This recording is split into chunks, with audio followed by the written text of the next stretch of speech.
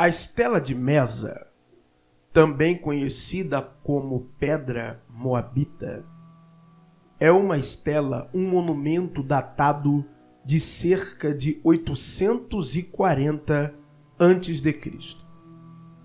Ela contém uma inscrição cananeia significativa, em nome do rei Mesa de Moabe. Hoje, o local seria na Jordânia moderna.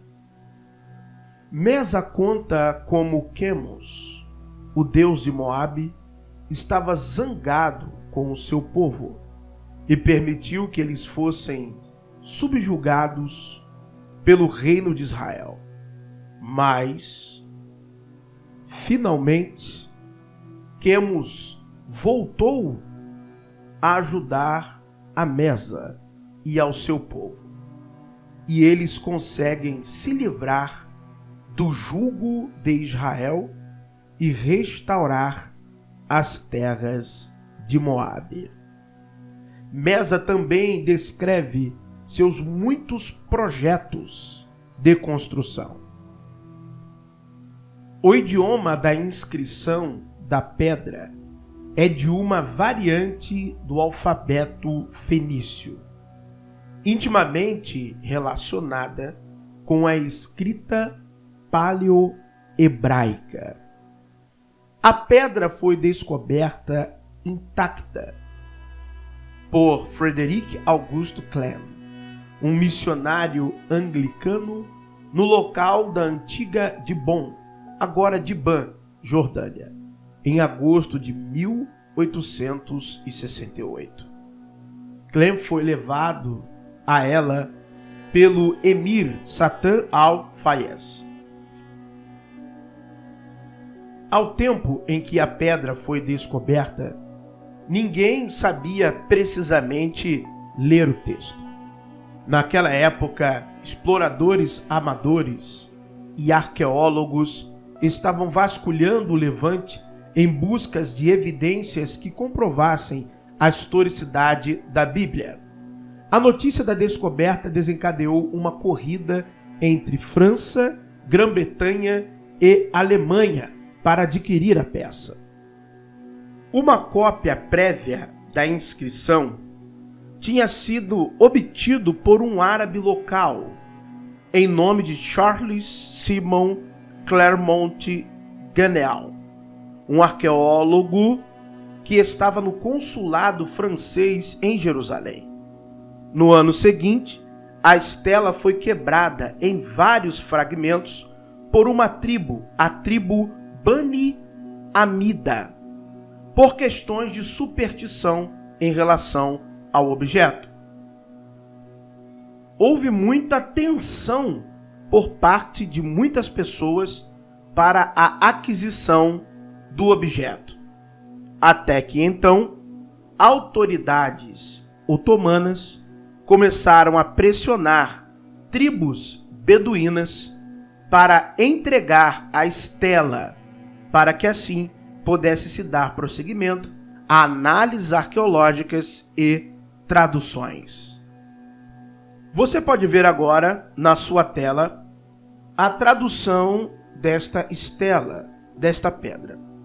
Mas o trecho que nós nos ateremos para análise, em comparação ao relato bíblico, é este que está destacado agora em sua tela, que diz assim: E Quemos disse-me, vai e toma o monte Nebo a Israel. Assim eu fui de noite e combati contra ela, desde do raiar a aurora até o meio-dia, tomando-a e matando todos, 7.000 homens, mulheres, rapazes, raparigas e servas, porque tinham sido devotados anátema ou destruição para Astar Quemos, e dali os tirei, do Yud-Re Vav-Re, arrastando até diante de Quemos. E o rei de Israel tinha construído Ai-Ras e residia ali, enquanto lutava contra mim. Mas Quemos tirou de diante de mim, e tomei de Moabe 200 homens de guerra, todos de primeira classe, e coloquei-os contra Yahaz, e tomei-a para anexar a Dibon. Este foi o relato do rei moabita. Em contraste a esta descrição que ele faz, que venceu esta batalha, temos um curioso e interessante relato sobre a parte da Bíblia hebraica e do rei de Israel. Curiosamente, este paralelo estará em 2 Reis capítulo 3, versículos 21 ao 27, que irá dizer: ouvindo, pois, todos os moabitas que os reis tinham subido para pelejarem contra eles, convocaram a todos os que estavam em idade de cingir cinto e daí para cima, e puseram-se às fronteiras. E levantando-se de madrugada, então aqui bate com o relato moabita, do horário do romper desta luta, e saindo o sol sobre as águas, viram os moabitas defronte deles as águas vermelhas como sangue, e disseram: isto é sangue. Certamente que os reis se destruíram a espada e se mataram um ao outro. Agora, pois, a presa, moabitas.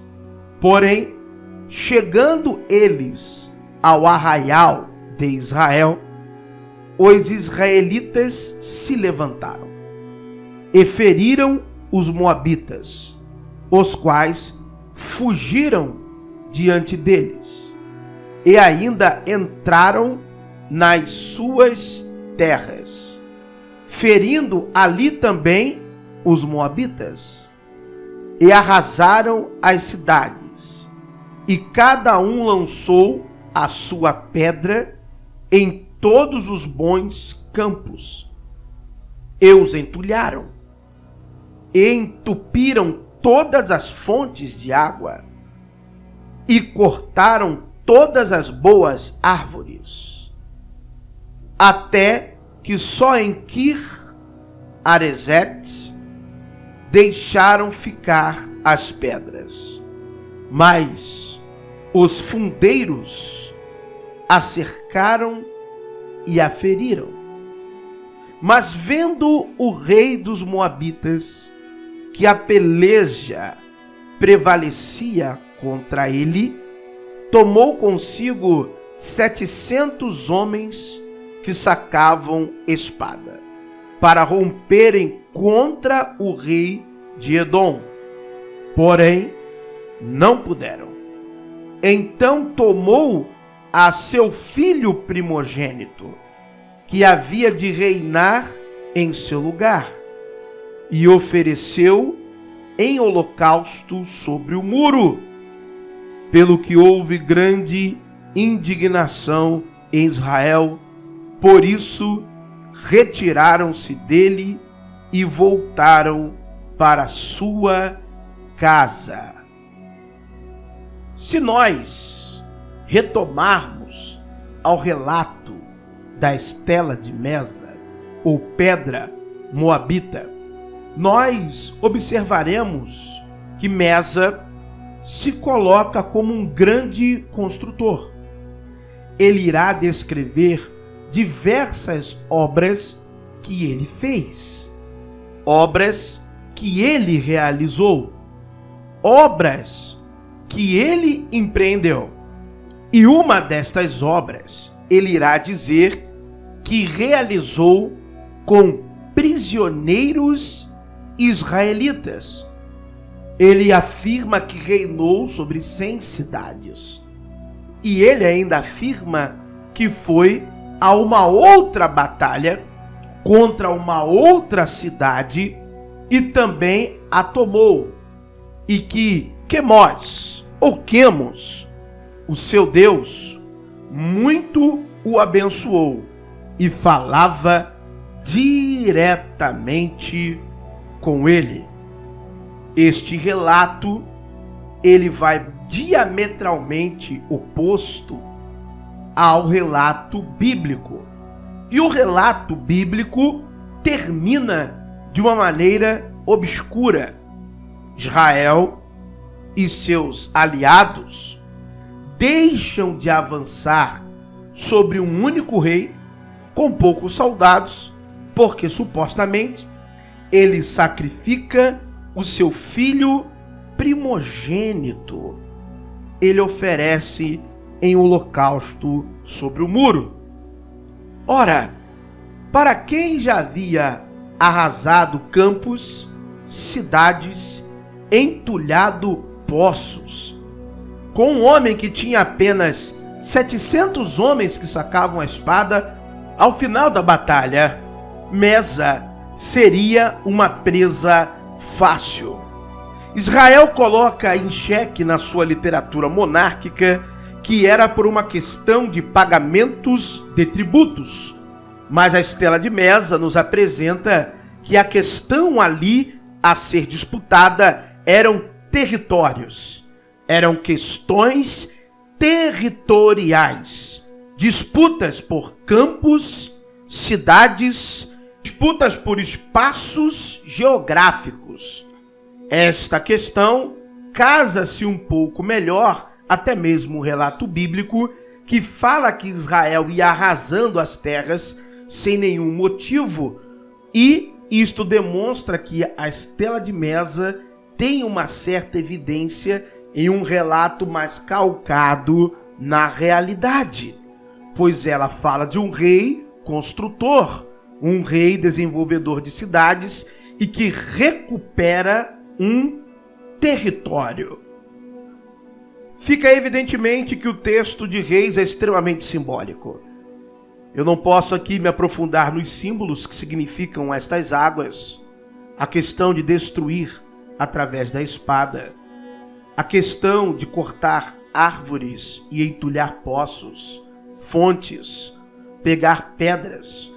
Tudo isto tem uma conotação simbólica.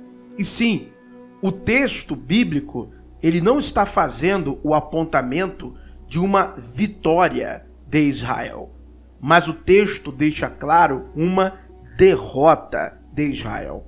E esta derrota, ela está codificada no versículo 27, o motivo pelo qual eles voltaram à sua terra. Bom, meus amigos, a verdade é que ninguém sabe a verdade.